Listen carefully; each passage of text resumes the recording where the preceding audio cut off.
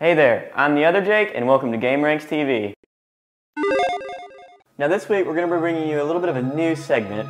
We're going to be talking about gaming's greatest secrets. Hopefully this will turn into a sort of weekly thing, but this week we're specifically going to be talking about the relationship between Sony and Nintendo. Now, what many of you may not know is the Sony PlayStation that you know today is actually the result of a really bad business deal between Sony and Nintendo. The cartridge which the Super Nintendo was using at this point only held around 12 megabytes of storage. However, its bigger brother, the compact disc, held around 650 megabytes. I don't have to tell you, that's a pretty big difference. In 1988, in an effort to move their technology along, Nintendo employed Sony to help them with their compact disc technology. They wanted to make a peripheral for the Super Nintendo which would read compact discs. Nintendo and Sony had worked together before, but on something entirely different, on sound chip technology. However, bear in mind that at this point, Sony had almost no involvement in the video game industry. It was very much Nintendo's game. One name you might be familiar with, Ken Kutaragi, worked secretly on sound chip technology at Sony. When Sony executives found out that Ken Kutaragi was working on this sound chip technology in secret, they disapproved of it wholeheartedly. Norio Oga, who was at this time Sony's CEO, turned out to be Kutaragi's saving grace. Kutaragi kept his job because of Oga and was allowed to continue the project until it's finished. The success of this partnership was the beginning of the CD-ROM deal that we were talking about earlier. Furthermore, Kutaragi was at the head of this deal.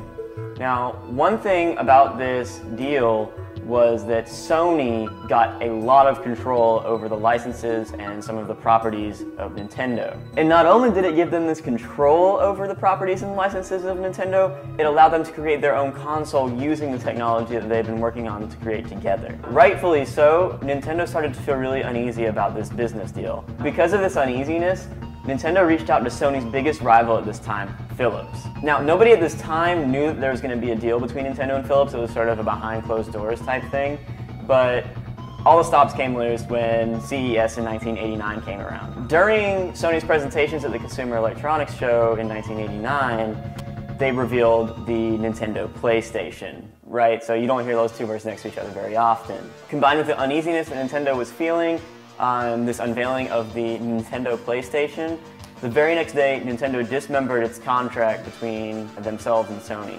Norio Oga was enraged that Nintendo would go back on their word, and he called it a betrayal. He called it a humiliating betrayal, no less. Because Nintendo pulled out of this business deal, Sony's board of executives really didn't want anything to do with video games at this point.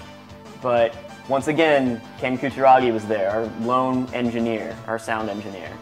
And he told Norio Oga, hey man, look, let's keep working on this. We can salvage what we've been working on. Not everything's lost. It's also worth noting that the partnership between Nintendo and Philips also went to the wayside, and Nintendo once again lost more control over its licenses and properties as Philips was able to make its Philips CDI console. Some of the games from the CDI console that you might remember are Hotel Mario and Zelda's Adventure.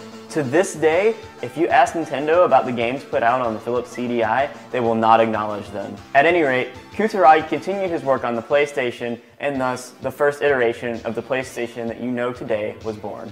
Thanks for watching. Be sure to follow us on Twitter and subscribe down below. Also, big shout out to Jake Baldino. You've been doing amazing work here on the Gameranx YouTube channel, and I'm really looking forward to working with you.